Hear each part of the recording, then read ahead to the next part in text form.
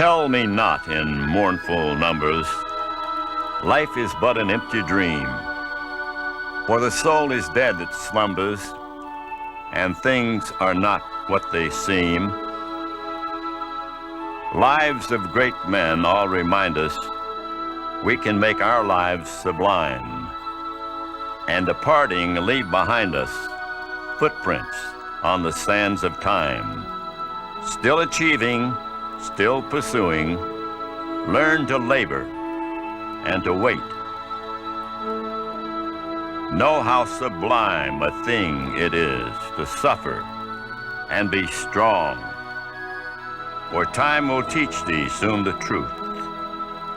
There are no birds in last year's nest.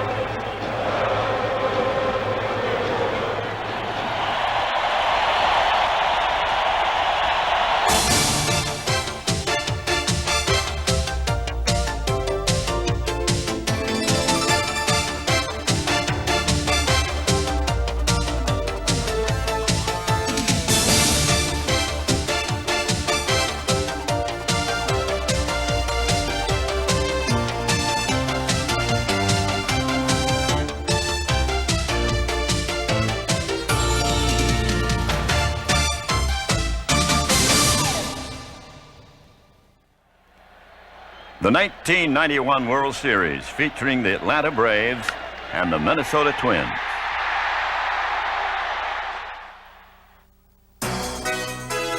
Imagine two last-place teams from 1990 in the World Series 1 year later.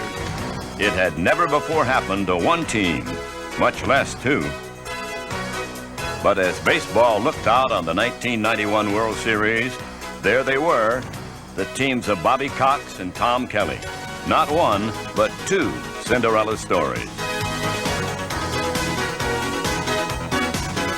There was Lonnie Smith, the veteran, incredibly playing in his fourth World Series with his fourth different team. In contrast, Chuck Knobloch, the Twins' rookie second baseman. Here he was, caught up in the biggest show in baseball in this, his first full season, playing before his brothers and sisters, his mom and his dad. Before game one, in a truly fitting gesture, the first pitch was thrown out by Steve Palermo, the courageous American League umpire who was shot and disabled in July while coming to the aid of a robbery victim. The affection for Palermo from both players and his brethren, at once genuine and touching.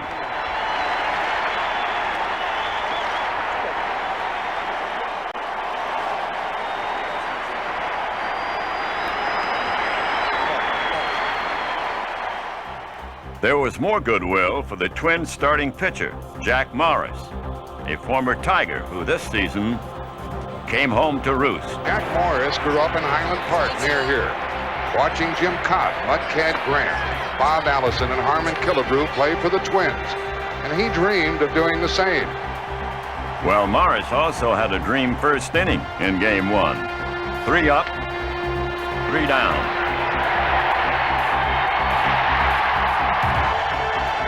Opposing Morris in this first game was the crafty 12-year veteran Charlie Leibrandt, the only Brave starter with World Series experience. And one of his first tasks, quite appropriately, would be to face a man in the midst of his postseason baptism.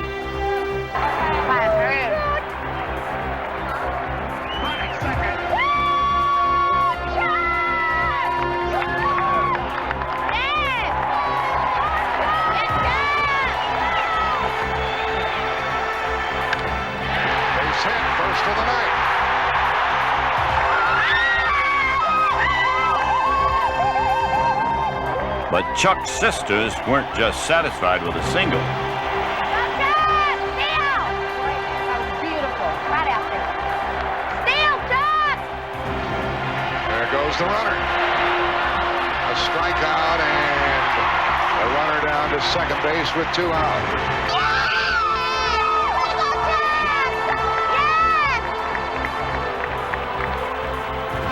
Knobloch was left stranded at second as both Lee Brandt and Morris looked strong the first 2 innings.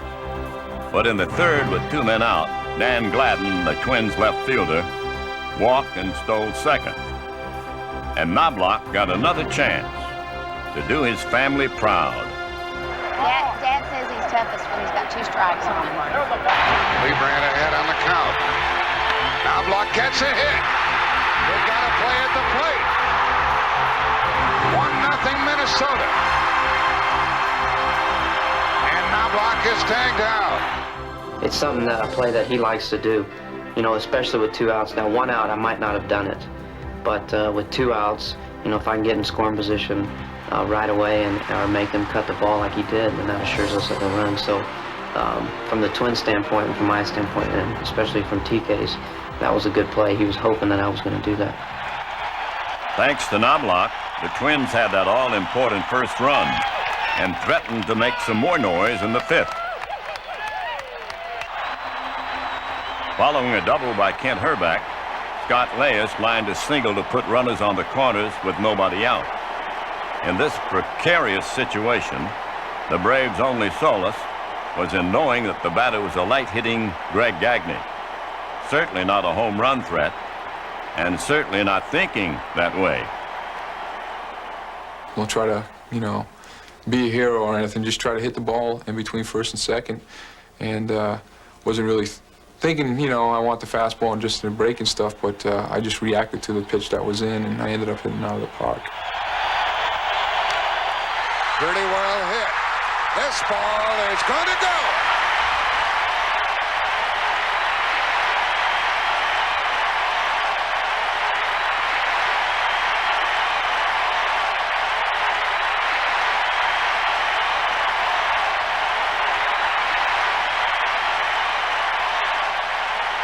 The Twins now led 4-0, but the inning wasn't over.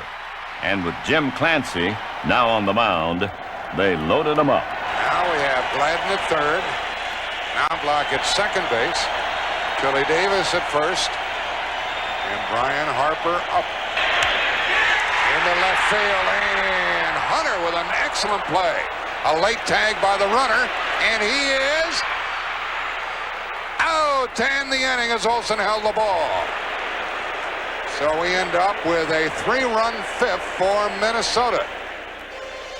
The first in a series filled with plays at the plate had failed for Minnesota, but they were now leading 4-0, and Morris appeared in total command. But in the 6th, the Braves began to feel their oats. First, a Jeff Treadway single, then a shot up the middle by Dave Justice. And with runners now on second and first, the Braves had a legitimate threat with Ron Gant at the plate. And that ball is a base hit and past Gladden, and Atlanta gets a run. Just like that, the Braves had brought the tying run to the plate. That's Sid Graham. He's played with Pittsburgh.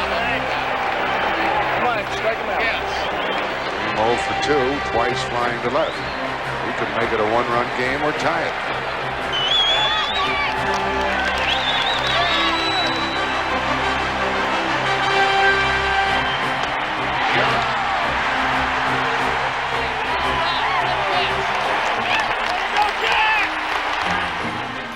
A Kent Hrbek home run in the 6th gave the Twins a 5-1 lead. And as the game now moved into the 8th, a precautionary call went out to the bullpen in the event that Morris was beginning to tire. After all, the Twins' pen had not allowed an earned run in the championship series. And when Morris walked his first 2 batters, it was time for the hometown fans to pay homage to their hometown hero.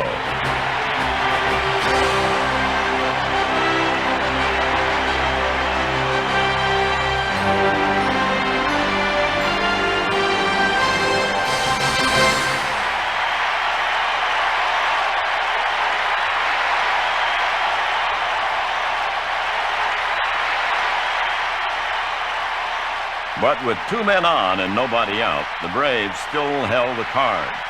They trailed by 4, but had the dangerous Terry Pendleton at the plate. It was a most crucial situation for Mark Guthrie, and it was time for our old friend Knobloch to re-enter the picture. Braves trailing 5-1, and a hard hit ball to Knobloch. They get 1, 2. Yes, Chuck! Way to go, Chuck! Way to go, Chuck! The Braves did score a run in the inning, but it could have been much worse for the Twins. And with a 5-2 lead in the ninth, Minnesota felt quite secure in having Rick Aguilera on the mound. He of 42 saves during the regular season.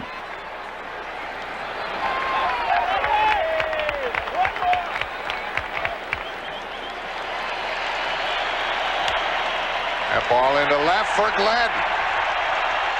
And the Twins have won the first game 5-2.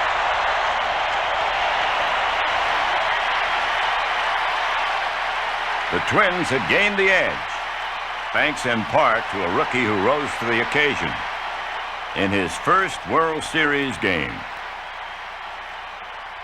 Hey, go on with this button. You don't like our button? It is a bootleg picture. Where's that picture from? You don't remember taking it? Congratulations, On honey. what? Good game. Well, it's a new day. I'll see you guys later. All right, way to go!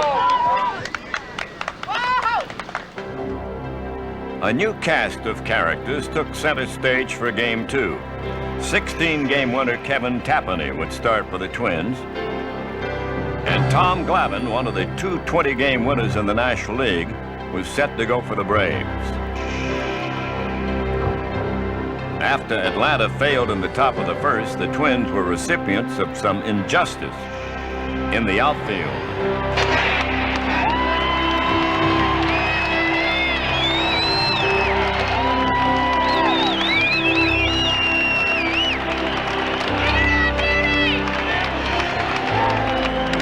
Ups it up on the first one. Lemke going out, struggling to find it. Here comes the right fielder. It drops.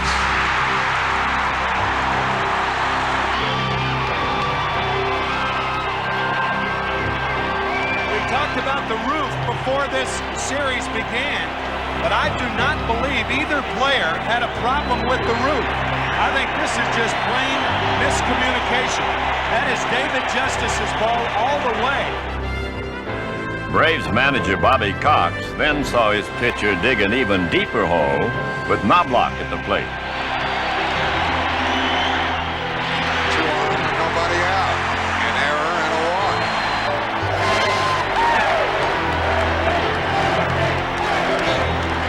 One thing that Glavine has going for him in a situation like this, Puckett led all major leaguers in hitting into double play ball 27 times. That's a lot. And Glavine throws a lot of sinkers and a lot of ground balls. He hopes it's at somebody. Runners are going. And a ground ball to Pendleton. Steps on third, bounces it to first, 2 out. We thought we were out of the inning. I said, golly, we picked him up real good here. Terry made a great play on a hit and run off of Puckett's bat, but we forgot about Chili Davis. After a decade in the major leagues, this was the first World Series for Davis. And as he soon discovered, good things come to those who wait.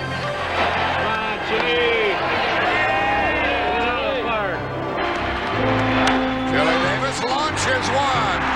2-0, Minnesota.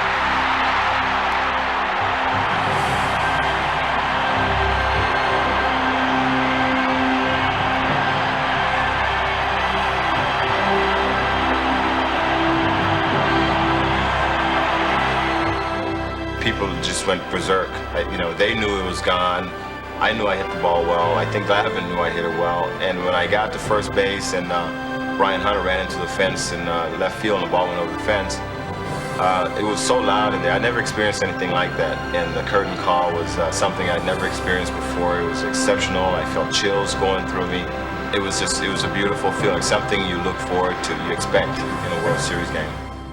But Tapani gave up a run in the second on a sacrifice fly, and a lonesome battle cry began.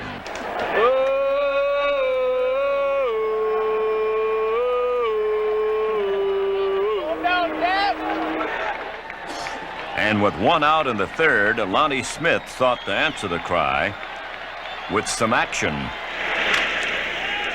Off the glove of Leyes, probably an error, and Lonnie Smith runs the bases with one out. But then came one of the more controversial plays in the entire series. Ron Gant was at the plate, and a single would put the runners at the corners with 2 men out. Or so it seemed.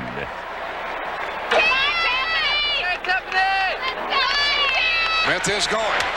And a hit to left by Gant. And Lonnie's trying. They're going to get him perhaps. He's safe. And now Gant gets back to first, and he's out. I don't know, Jack. It looked like Herbeck pulled him off the bag. I think the Braves have a legitimate complaint right here.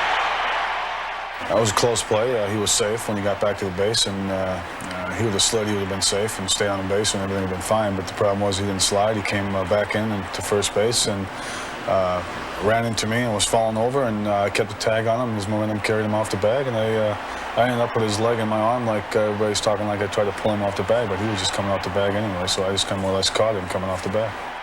I got there in time to, to stay on the bag and to, I was going to be safe, and I was going to plant my left foot to, to make sure that I stayed on the bag. And by that time, Herbeck grabbed my leg, and he kind of fell backwards and pulled me with him. So the umpire was right there, and he called me out. I couldn't really believe it, and I'm sure no one else could, but, he saw it as being out. You have to get on the bag and be under control. And in my judgment, he was not under control once he got onto the bag. Everybody watches the feet on the replays, but if you watch his upper body, he's falling over, and in my judgment, his momentum after he hit the bag carried him on off. The Braves did tie the game with a sacrifice fly in the fifth, and the anticipated pitcher's duel was on.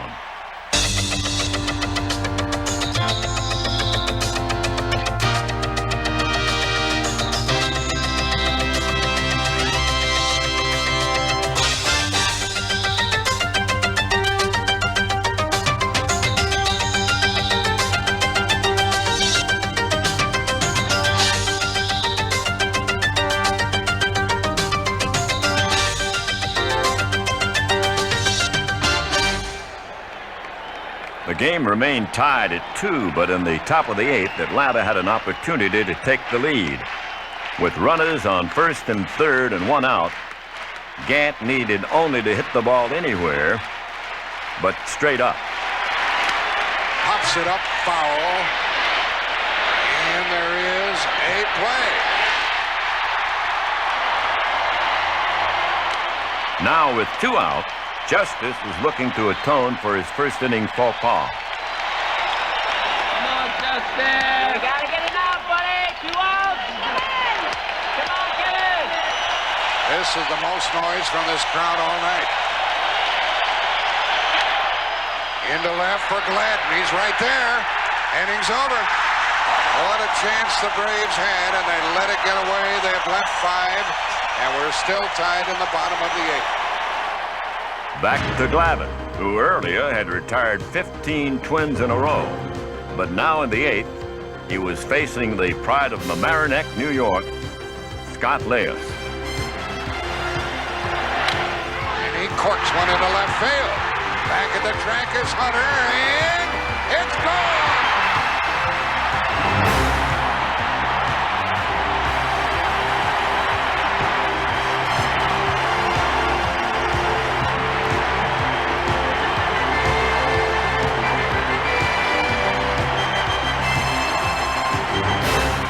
Trailing now 3-2 in the 9th, the Braves were headed for a 2-0 deficit. For with Aguilera on the mound, absolutely no one was whistling Dixie.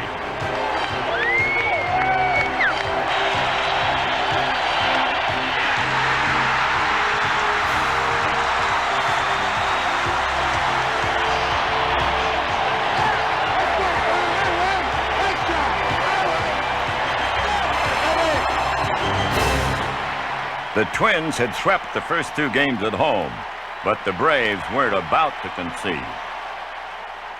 Well, if they're going to win it, they'll have to come back here and do it. I'll tell you that much. Fortunately, we're going home, and it's nice to be here in Minnesota, my hometown, but I'm ready to leave. But not even the Braves were prepared for what greeted them in Atlanta, where the long wait for a World Series was over.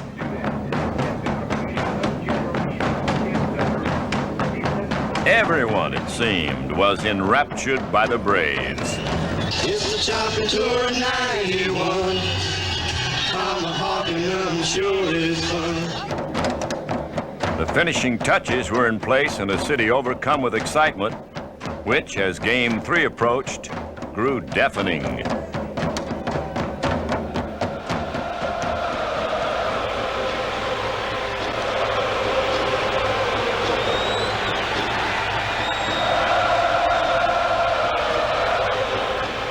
But not everyone was privy to Southern hospitality. As the fans at Herbeck know, they would have called that play at first quite differently.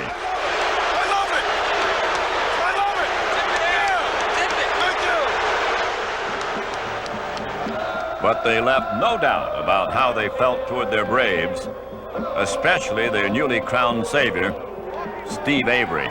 And of course, the big question is, can Avery do it again? He won 18 games during the regular season. Then he beat the Pirates. And now, in order for the Braves to be in any sort of a comfortable position, he's going to have to beat these Twins. Gladden hits it into right center, and Gantz on the move. The ball gets between them. That ball should have been caught. And Gladden's going to end up at third base. They hold him there. Well, that's the way the game started the other evening when the Twins were batting first inning Game 2. And once again, the Twins capitalized. 3-base hit for Gladden is his first hit, and this will put Minnesota on top. Knobloch sacrifice fly, and it is 1-0 in favor of the visiting Twins. And some people thought that Steve Avery just might shut these Twins down altogether.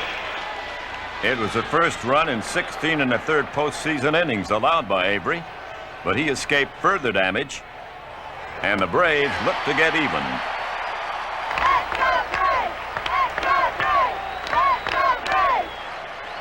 In the second, Twin starter Scott Erickson found himself with 2 on and 2 out. Olson walked. He's at second. Mark Lemke got the first Atlanta hit. He's at first. Breaking ball. Base hit. We are tied. And the runners end up at second and third.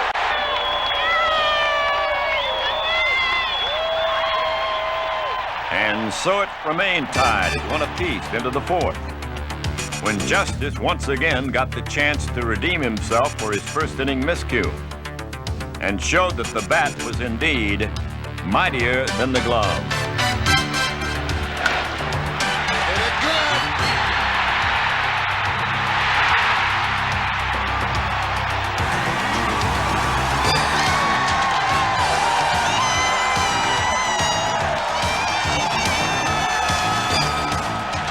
On to the bottom of the fifth, where Lonnie Smith's image was further enhanced with 1 man out, and the base is empty.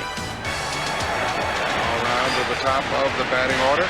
Lonnie Smith has struck out and fouled out to right. Lonnie Smith hits it well. There's another run for Atlanta.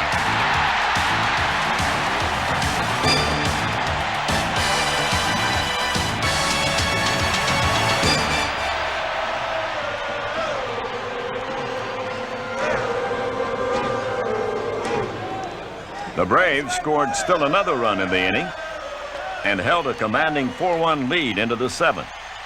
Avery appeared in complete control, but a chink was etched in his armor by the heretofore silent Kirby Puckett.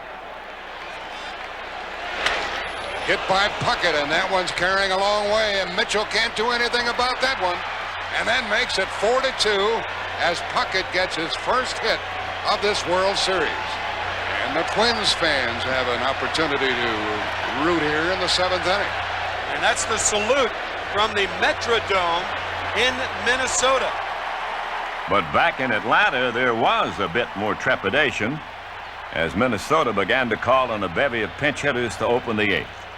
They couldn't help but see Alejandro Pena up in the bullpen in case Avery further faltered. For now, however, with a 4-2 lead, the game was Avery's, and the pinch hitter, Brian Harper. Pendleton scoops it, grabs it, throws it, and safe at first. We'll see how they roll that one, and Harper gets down to first base nonetheless. Because Terry Pendleton is such a good fielder, they're going to give him an error. Sometimes you're penalized by your ability. That brings Bobby Cox out of the dugout. He didn't like the 6th inning or the 7th inning, the Puckett home run. Now the error, and he lifts Steve Avery. Alejandro Pena will come in and listen to this crowd.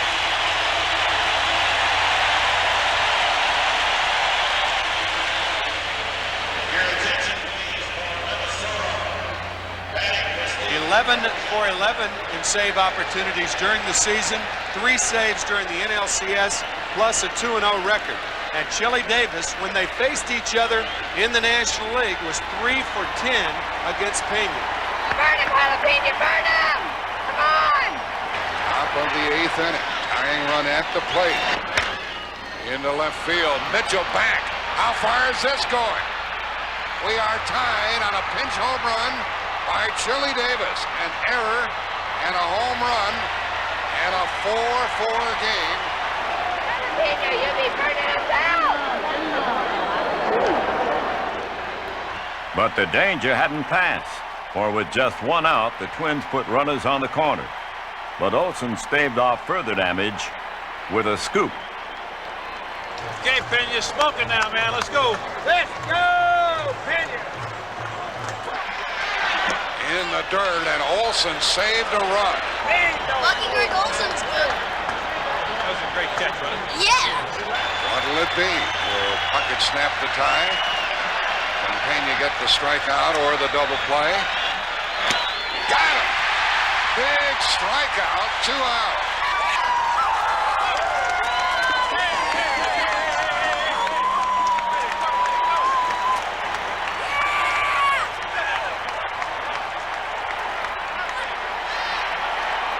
It's a battle between Pena and Shane Mack. Shane Mack wants to do his damage. Pena's struggling to get out of the 8th. Herbeck running again, and it struck him out. Pena had survived, and though the Braves had squandered the 4-1 lead, they were fortunate to be tied. The tension became unbearable as the game moved into extra innings. Then in the 12th, a spark by Gladden. How far are we going to go? Gladden hits it hard to right for his 3rd hit of the evening. Gladden singles with 1 out here in the 12th. And the Twins would like to snap the tie here in the 12th inning and then get Aguilera on his feet in the bullpen. The batter Knobloch, he drove in a run with a fly ball in the 1st. And he has a hit, 1 for 4. Good hit and run combo up there. Double play ball. Oh, right through Lemke. And it's 1st and 3rd with only 1 out for the Twins. Yeah, that's a double play ball that gets you out of the inning, and it looked like what Lemke did. He looked up before he had the ball. Clearly an error. Up next, Herbeck, followed by Puckett. A breakfast of champions better left untouched. So Atlanta counted with Kent Mercker, and an incredible scenario unfolded. And Rick Aguilera of the Twins is now up. Tom Kelly sniffing a lead here. Hey, we talked earlier about Rick Aguilera and a batter. Wouldn't it be something for Rick Aguilera to pinch hit for Mark Guthrie, who is in the 5-hole now, remember. So if they get Herbeck, you might see a walk to Kirby Puckett to load the bases, even if runners are at 1st and 3rd. Just thinking ahead. Tim McCarver's prescience proved perfect as Mercker met Herbeck head on.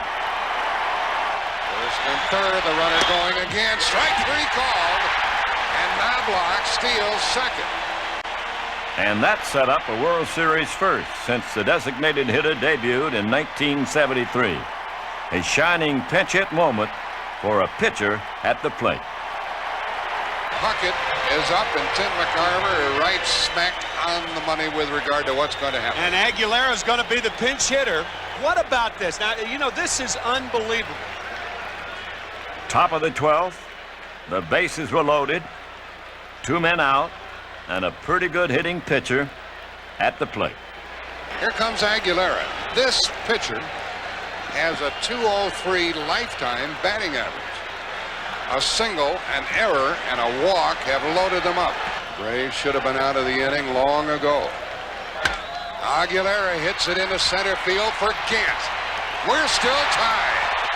3 left for the Twins, who have stranded 10 and will send Rick Aguilera to the hill. It was getting late. Every Twins player had been used except Morris and Tapani. Kelly was getting desperate. We were probably going to play one more inning with Aguilera on the mound, and then I wasn't going to kill him, and I wasn't going to do that at all. So I was going to just put Dan Gladden out there and let him wing it up there, and Aguilera would play the outfield, and we'd go from there. There began with 1 out in the bottom of the 12th when Justice lined a single into right. The home team fans began to stir.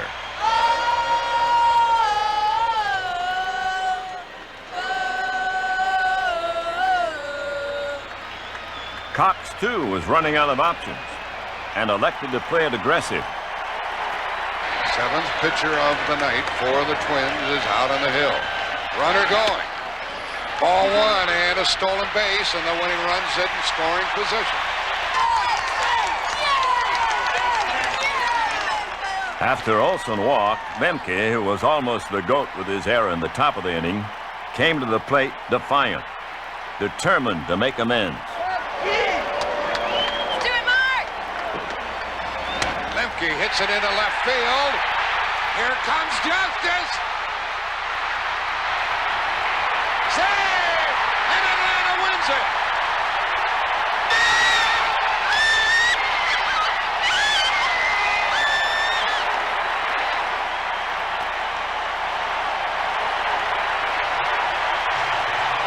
The throw by Gladden, too late, and the Braves win their first World Series game ever.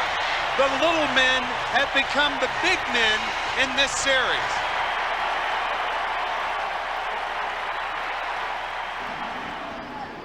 And so the Braves had made their mark by winning their first World Series game.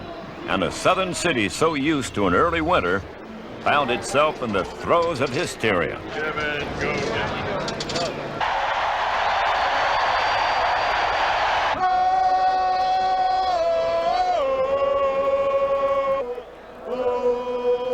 Game 4 marked the return of Morris to the mound, looking to extend his success. His counterpart, John Smoltz, who was a boy growing up in Michigan, idolized Morris. And for extra incentive, he had his dad on hand, watching his boy play ball. Johnny babe! Hey, thanks, Hank. Keep me calm. I'm sorry. All right, let's do it. Get that first one. But 'twas the Twins who got the first one in the second inning, as Brian Harper doubled, and with 1 out, Mike Pagliarulo proved once again that you don't have to hit them hard, just hit them where they ain't. Here's a short left. Belliard can't get it, and the run is going to be in time, and it's 1-0 Twins. A little blooper into left. What a bleeder. What a fungo hit. Just a little fungo hit. Oh, well. That's a cheapie. All right, suck it up, John. Got a cheapie. That's all right, baby. When they score first, we win. Come on now. With Pagliarulo now on second, it was time to put idolatry on the back burner. This has got to be a thrill, man. Face your hero. Come on, Johnny, get Jack right away. Oh, man, this is great. This is great. Get that Detroit Tiger, babe. Come on. Get him. This is it, Johnny, baby. Come on now. Yeah! Way to go, baby! All right, let's get that run back. Come on, Braves. As the game moved into the third, the Atlanta fans grew restless. Come on, hit the ball. So, with 2 men out, Terry Pendleton responded. Pendleton hits it very well, and it carries out into right center. Tied.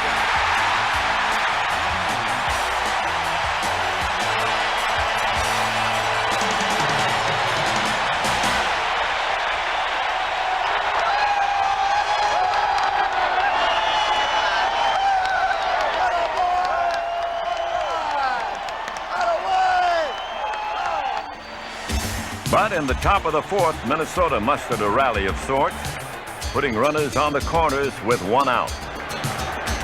Runner at third is Shane Meg. Reached out a fielder's choice. Pagliarulo's 2 for 2. 1 out. The batter, Gagne. With the pitcher coming up next, the squeeze situation right here. That was the first thing from my mind, and my game plan was just to try to strike him out because the pitcher was coming up next. Greg Gagne was having trouble with the slider hitting, so we went with the slider, and it happened to be low and away, and that was a real tough pitch to bunt. Squeeze play, and they missed it. They've got Meg. And he's out. The other runner down to second. Yeah! Way to go, Greg. Way to go, Greggy. The unsuccessful suicide gave the Braves new life, but they were once again done in by a fundamental mistake in the fifth. With Lonnie Smith on second and nobody out. Pendleton drills one to deep center. Lonnie Smith is going to head for third.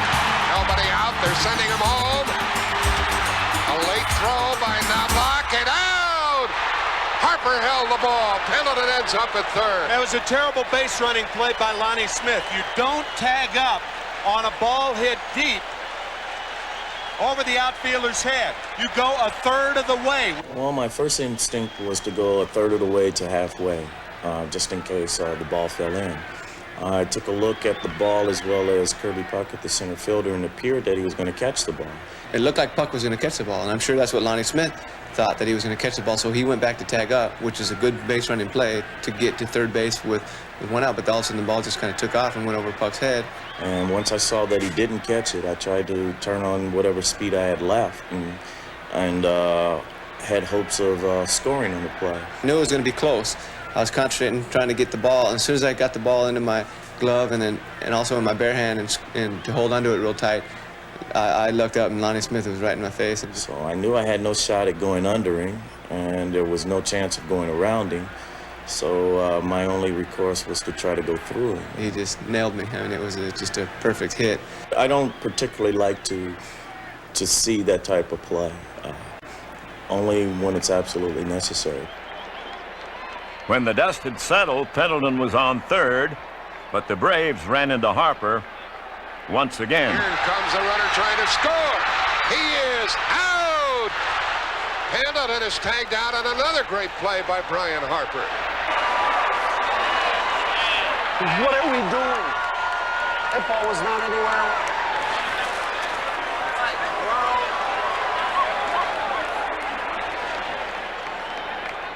Into the 7th round, where with 1 out, Pagliarulo looked for the knockout. Strike him out, son. Strike him out. Strike him out, Johnny. Right here. Pull the trigger on it. Pull the trigger on it. Come on.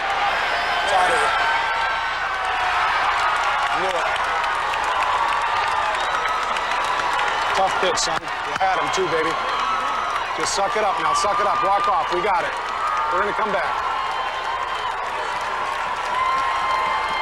It's all right, Johnny. Come on, babe.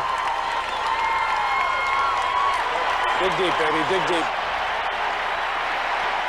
The hope and prophecy of John's father did not look like it would be realized in the bottom of the 7th. For even though the Braves have tipped their hats to a rally, it was Twins reliever Carl Willis who was turning the Atlanta hitters inside out.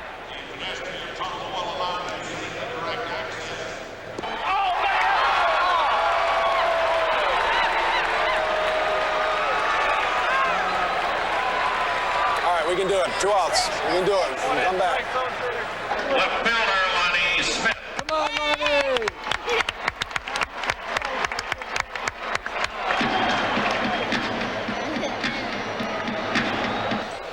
But with 2 out, Lonnie showed there was still some chop left in the wood. Here's Lonnie hitting one a ton to tie it.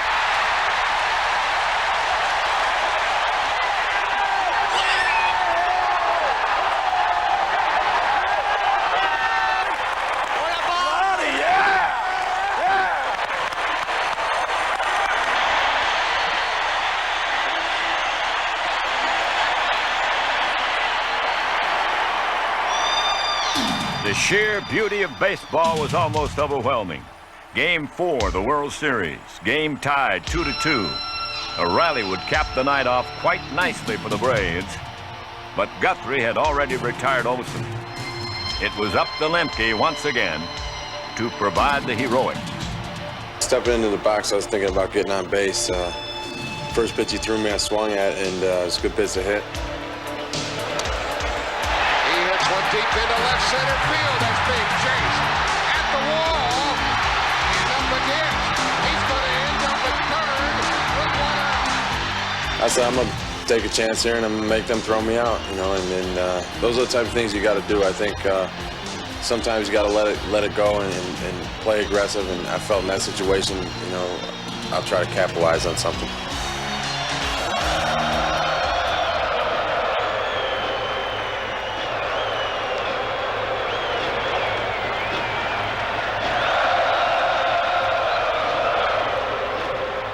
After walking Blauser, Kelly elected to rest his fortunes on bedrock. And now Kelly's going to come out and make the move and bring Bedrosian in. Bedrosian will pitch to either Cabrera or another pinch hitter. Well, now Bedrosian is in the game. Tight spot for the Twins. Bobby Cox made the switch to Jerry Willard, who is the pinch hitter with Mark Lemke at third base. Jeff Blauser at first base, and only 1 out. Long fly ball, the game is over. See how shallow the outfielders are? This fella has played at Bend, the Peninsula, Reading, Oklahoma, Charleston, Cleveland, Maine, Tacoma, Birmingham, Vancouver, the White Sox, and he's had only 14 at-bats this year.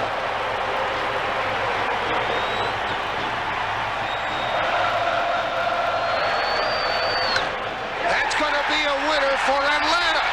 The runner tags at third. Here's the throw from Matt. Here's Lemke.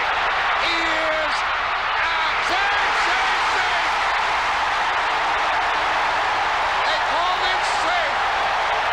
And Atlanta wins. They were tied 2 games apiece. They said Harper did not tag it. Brian Harper can't believe it. You've got to make the tag with the ball. Right there. See, he's got the ball in his hand, and the glove, he never made contact with the runner with the glove. Another gut-wrenching game at Atlanta Fulton County Stadium, and another unlikely hero in Jerry Willard.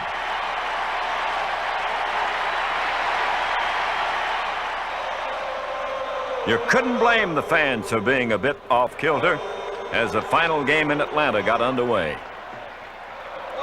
The Braves called on Tom Glavine to pitch the pivotal 5th game, and with a sense of deja vu, he found himself once again facing Kevin Tapani, who had pitched 8 solid innings to win Game 2.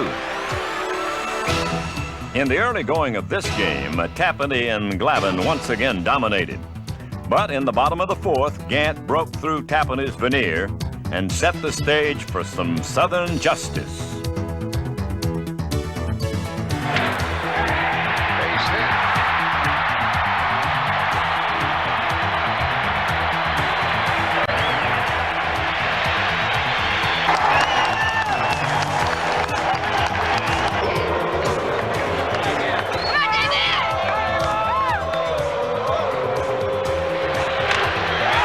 Hits it into left field. It carries well.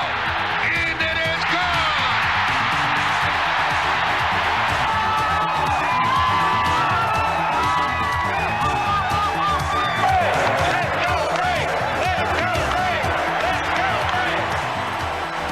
But the inning wasn't over, for with Olson on first, Lemke had another bout with Clout. Now Lemke drills one into right center field.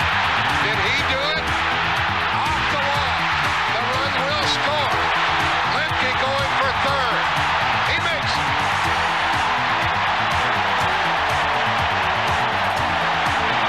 Who is this little man? What a perfect time he picked to get hot.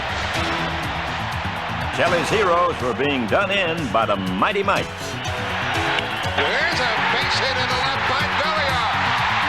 And that drives home Lemke.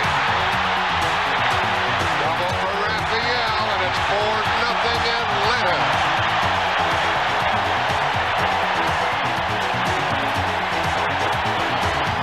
Atlanta. The Twins could sense this one getting out of hand. As the Braves scored another in the fifth, Kelly dug deeper into his bullpen in the seventh, calling on David West. But all he did was put a Mr. October postscript on the storied World Series career of Smith. Lonnie hits it high, hits it deep. There she goes.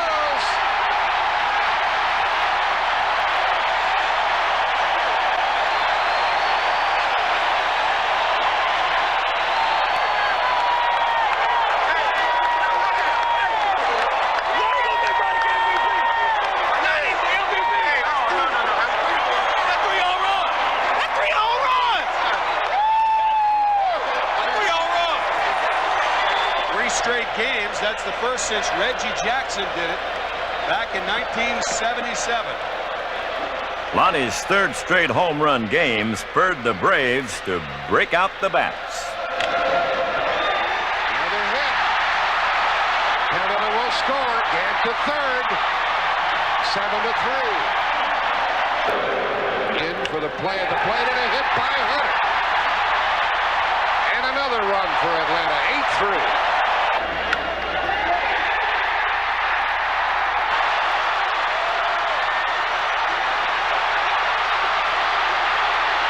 Another triple.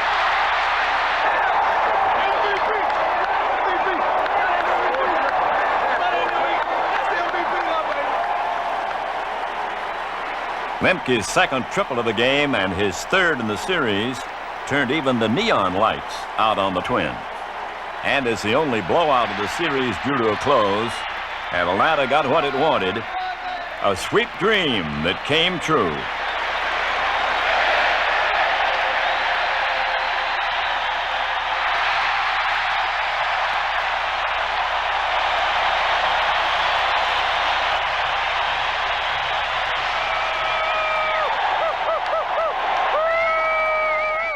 Three straight in Atlanta wasn't the end of the series, but it wasn't peanuts either. They needed but one more to win. We intended to sweep. That's what we came here to do, and that's what we did. With a theatrical flourish, the Braves were now one win away from the title.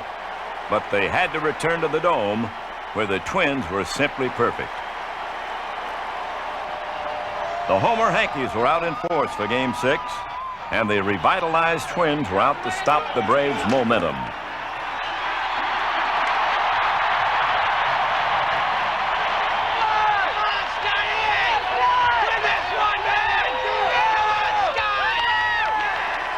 But which Erickson would show up?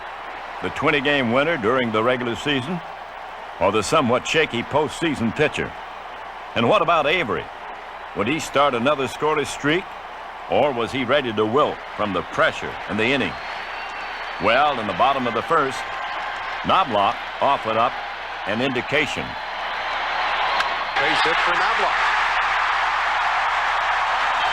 Knobloch now 7 for 18 in the World Series. Kirby, Kirby, Kirby, Kirby, Kirby. The batter is Kirby Puckett. He has been cold, cold, cold. 3 out of 18. That's fair.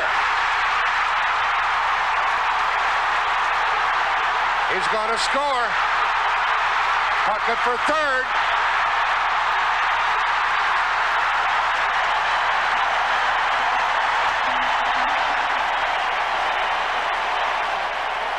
Avery got the second out, holding Puckett at third, but somebody was due. Well, of all people, who's up there now for the Twins? Shane Mack. 0 for 15 in the series. 0 for his last 2 at-bats against Toronto in the championship series. So he's 0 for his last 17. There's a hit. 2-0, Minnesota.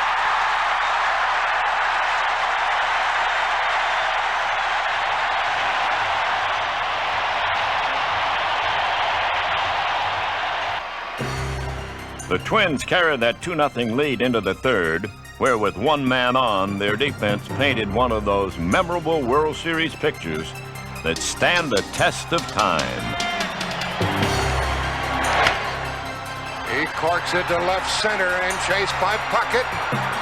He caught it.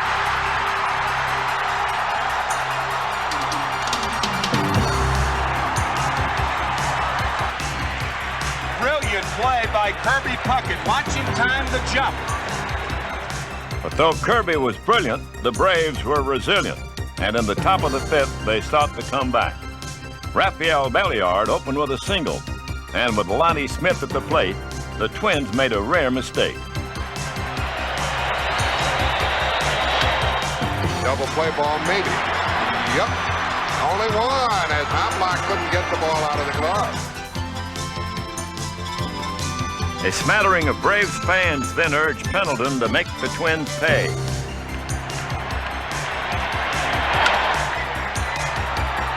Puckett chases it to the track. It might go. We're tied. Pendleton's second home run of the series ties it in the fifth. That's what happens when you fail to make the double play.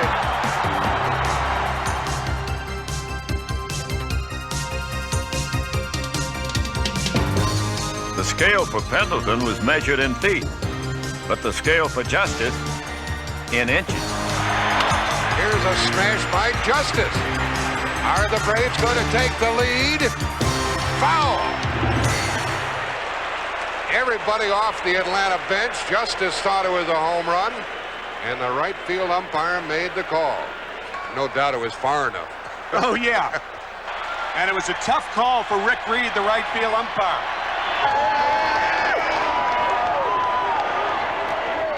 The Twins eventually reclaimed the lead on Puckett's sacrifice fly, but this wasn't one of the all-time great World Series for nothing. And in the seventh, the Braves got to Erickson. Lemke began the inning with his 9th hit of the series, and the decibels in the dome decreased. Kelly went to the bullpen, but Erickson had answered any questions with 6 gutsy innings.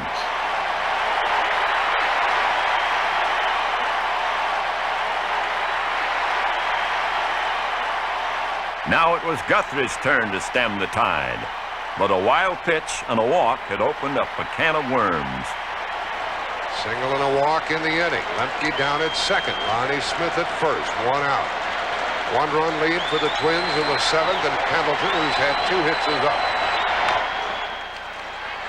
And it's up to Knobloch. Bases loaded. And an infield hit for Pendleton, his 3rd of the night, loads the bases for the big Atlanta hitter, Ron Gant. Out went Guthrie, in came Willis. The World Series might be on the line right here. The deep short. Tying run scores.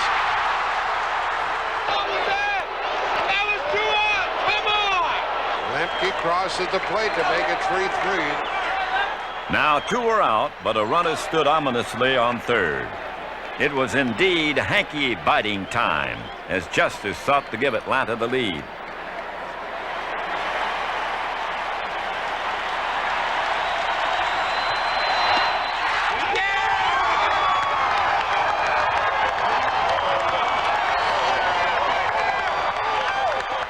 It was both a beautiful dream and a tension-filled nightmare, all wrapped up in one.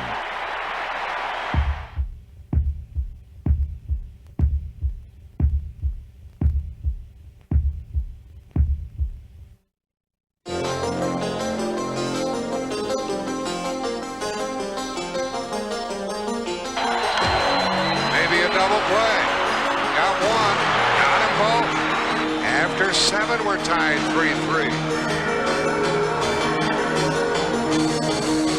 Well, it doesn't get any tighter than this.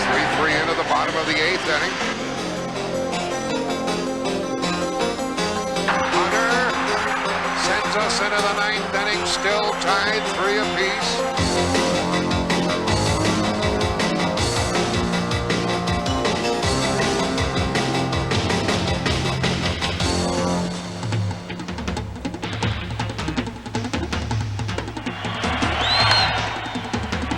Ball deflected to Gagne. He gets one and a double play. Now the Twins could win it and tie it with a run in the 9th.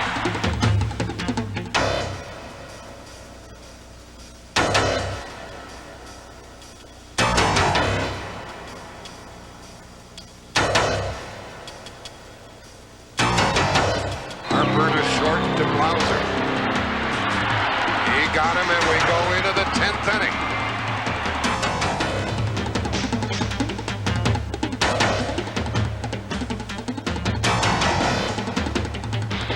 Runner going, and a line drive double play, unassisted.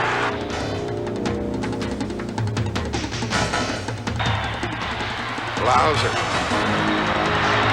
gets him and sends us into the 11th inning.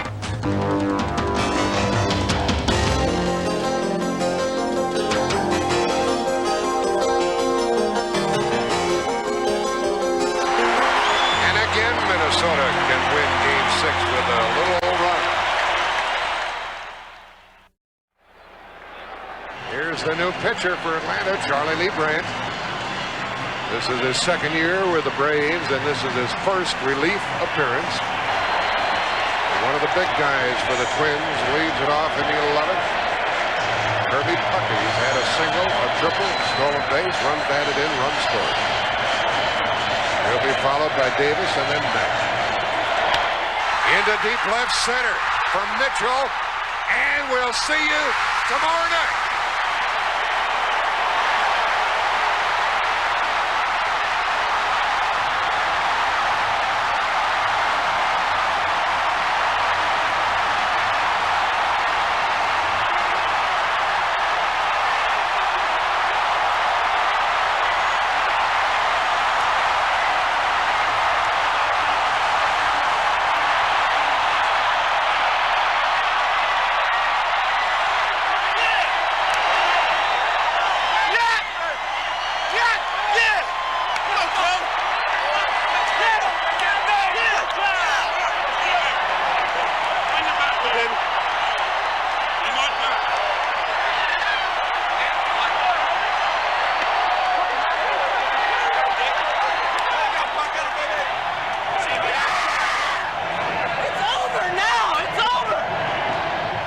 Got a storybook, see?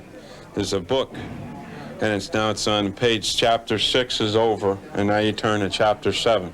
It's a storybook World Series. What's going to happen tomorrow in Game 7, chapter 7? Oh my God, I can't wait. It's going to be something. Can you imagine this going on like this? Unbelievable. The fabled Game 7 of the World Series and a rematch of the Game 4 starters. We have the starting pitcher for Atlanta, number 29, John Schmaltz. Warming up for the Twins, number 47, Jack Morris.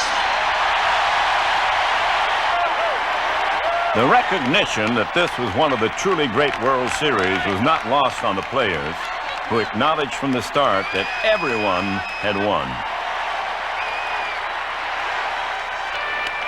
And to nobody's surprise, a taut, nerve-wracking pitching duel commenced.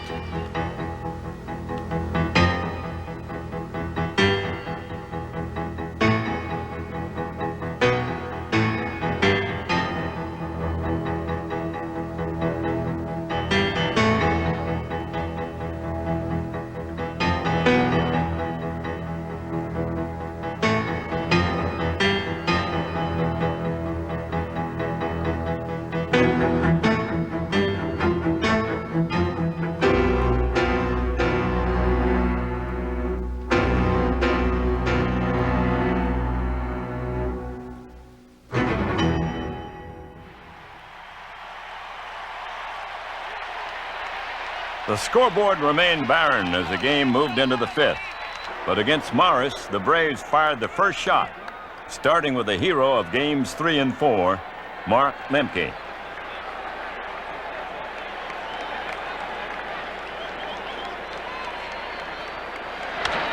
And another hit for the little guy. That is number 10 for Lemke. It is a guarantee that Belliard will be bunting on the first pitch. Belliard had been quietly exceptional throughout the series.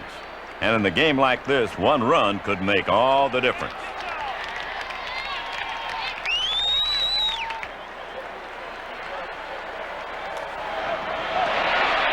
Play will be to first, and Herbeck takes the throw. Now the Braves want something from their leadoff hitter with Lemke at second and 1 out. Lonnie Smith is flying to right, and he's walked. He bunts. And the play by Pagliarulo, safe. First and third, 1 out.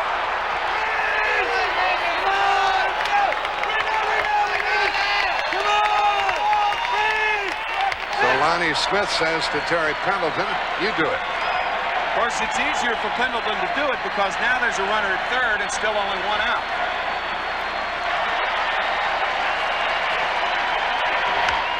Popped him up for the second out. Shortstop wants it.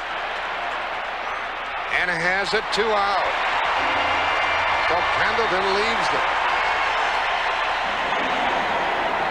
I said it the last time he batted. If the Braves are going to win, Ron's going to have to do something. Braves have left 4. Have 2 on, 2 out. Then with one pitch, a pair of could-have-beens for the Braves.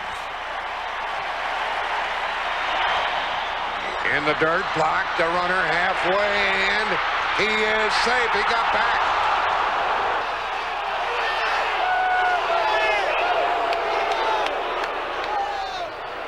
One more look at Mike Pagliarulo, the third baseman. Lemke halfway, and he tries to get back. Look at the right knee of Pagliarulo. He drops down, but Lemke is clearly back in there. Good call. First and third, 2 out, 3 and 2. Lonnie Smith will go. Runner going. Strike. Well, I made a good pitch on him in a critical situation with a guy at the plate that I respect a tremendous amount. I threw a pretty good fastball and got him froze. And it was just, you know, sometimes you just have to show your emotions, let them go, and I did that at that point. On to the bottom of the 6th, where this time it was the Twins' turn. Puckett drew a walk, and after Herbeck flied out to Gant, the spotlight was on Chile.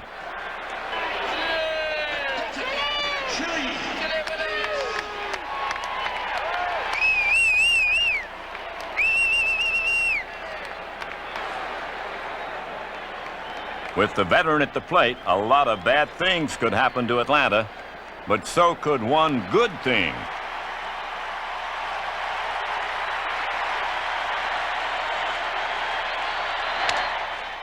To Bream, throws to second, gets one, and gets the return.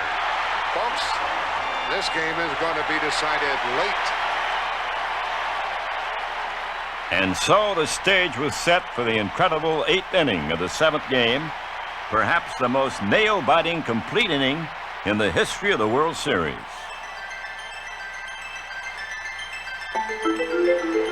It's all pitching here tonight. Jack Morris, John Smoltz, 9 hits total.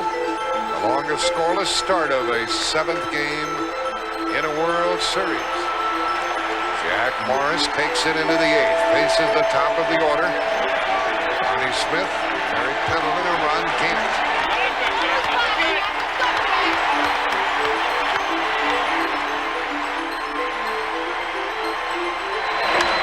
That's going to drop, I think it does. And that's the second hit of the night for Lonnie. On base for the 3rd time. Now what do you do with Pendleton, Tim? Well, there are a lot of ways you can go. You can bunt, you can hit and run, or you can play it straight up. Well, they went straight up and got 2 quick strikes on Pendleton, who then stayed alive by the skin of the ball. goes in the dirt, says the third base umpire, Terry Tatum. And Pendleton's still alive on the foul tip. So he foul tipped it, then the ball went in the dirt, and then it skipped into Harper's mitt. With another swing at his disposal, Pendleton sought to make the most of it.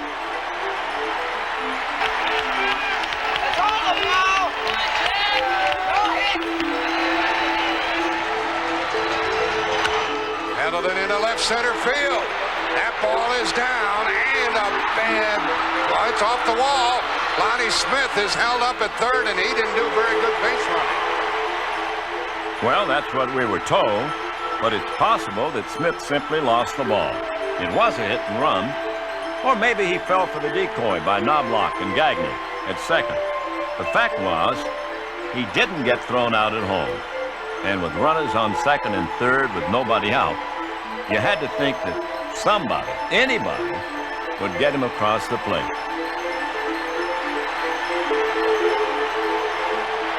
And we still have no score, but it's second and third and nobody out.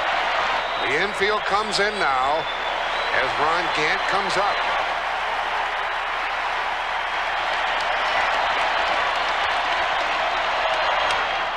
Little roller, and they'll get an out without a run scored. They got Gant again. He's 0 for 4.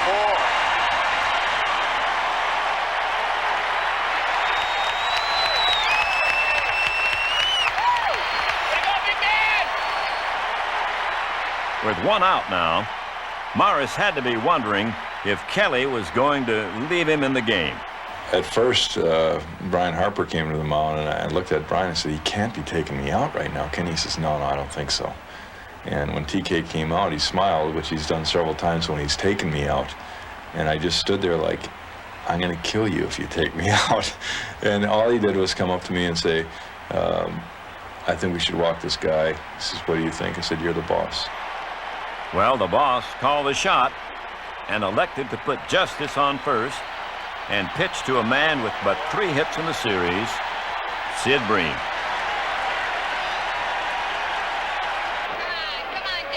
Come on, buddy.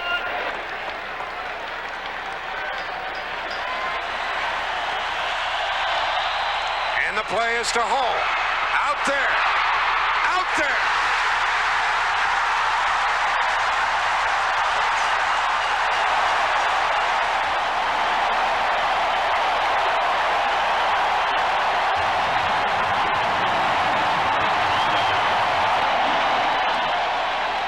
It was the biggest play of the series by far, but how could the bottom of the 8th ever top the top? Well, it began when pinch hitter Randy Bush opened the inning against Smokes.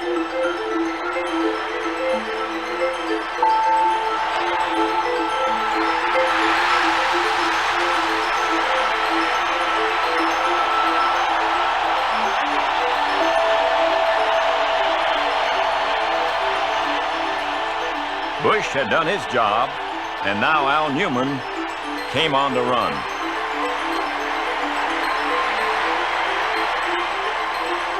Gladden popped out after failing to sacrifice, so with one man out, the pressure returned to Knobloch. About this young Atlanta hurler, Aaron Schwartz.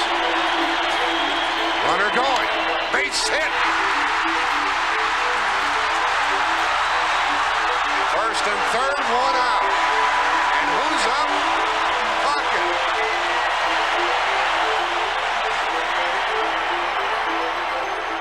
First and third with one out, and Stanton came in for Smoke, who had once again outdone himself. Well, wasn't this young man terrific?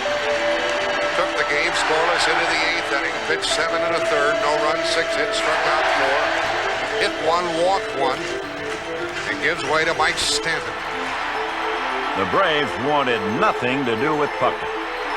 You talk about brassy for Bobby Cox. I'm telling you, this takes a lot of guts right here. Bobby probably considers one run, you know, that's going to open the floodgate. One run's going to win it. So he's playing it like the bottom of the 9th instead of the bottom of the 8th. Al Newman, the runner at third. And Chuck Knobloch down at second, and they walked Kirby Puckett. Hrbek has struck out 3 times against Mike Stanton. That's why Hrbek doesn't like to face Stanton, but here he is facing him in the most important situation of the series. And a line drive and a double play sends us into the 9th inning scoreless. So the Braves catch a break. An amazing inning of World Series baseball had come to a close, and after the Braves went 1-2-3 in the ninth, the Twins began their half with a Chili Davis single and a bunt hit by Harper. It was on the bunt that Stanton, who pitched so admirably throughout the series, was injured, and Pena was called on to get the Braves out of a most difficult situation. Here's a good something. Lead-off single by Chili Davis. A bunt single by Brian Harper. Nobody out in the Twins' ninth. Let's see how Shane Mack plays it with 2 on. One would think these teams had used up their quota of double plays. One would think. And a ground ball to Lemke. They get 1 and a double play. The runner ends up at third with 2 out. A strikeout by Paul Sorrento ended the inning. And for the first time in World Series history, 3 games had gone into extra innings. Once again, Morris stymied the Braves in the top half.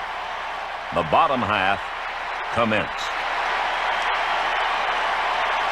We're piling up some records, and here we are, scoreless in the bottom of the 10th with Gladden, the batter, against Pena. Broken bat, fly ball's going to drop. He's trying. Save!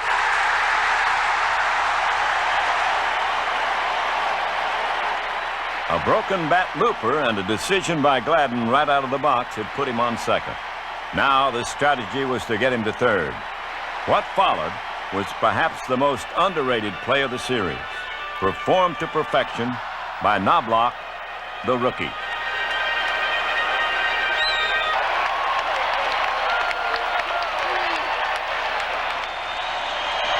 Knobloch bunts, Pendleton goes to first. Lemke took the throw. There's the winner at third base, 1 out. The Braves then walked Puckett and, somewhat surprisingly, the slump-ridden Hrbek to load the bases and set up the fourth. On came Gene Larkin, an unlikely hero. Larkin is the pinch hitter with the bases loaded and 1 out. Minnesota bench hoping to get this winning run across here in the 10th. It's carried by Dan Gladden at third. Pena to jam. The Twins are going to win the World Series. The Twins have won it. It's a base hit. It's a 1-0 10-inning victory.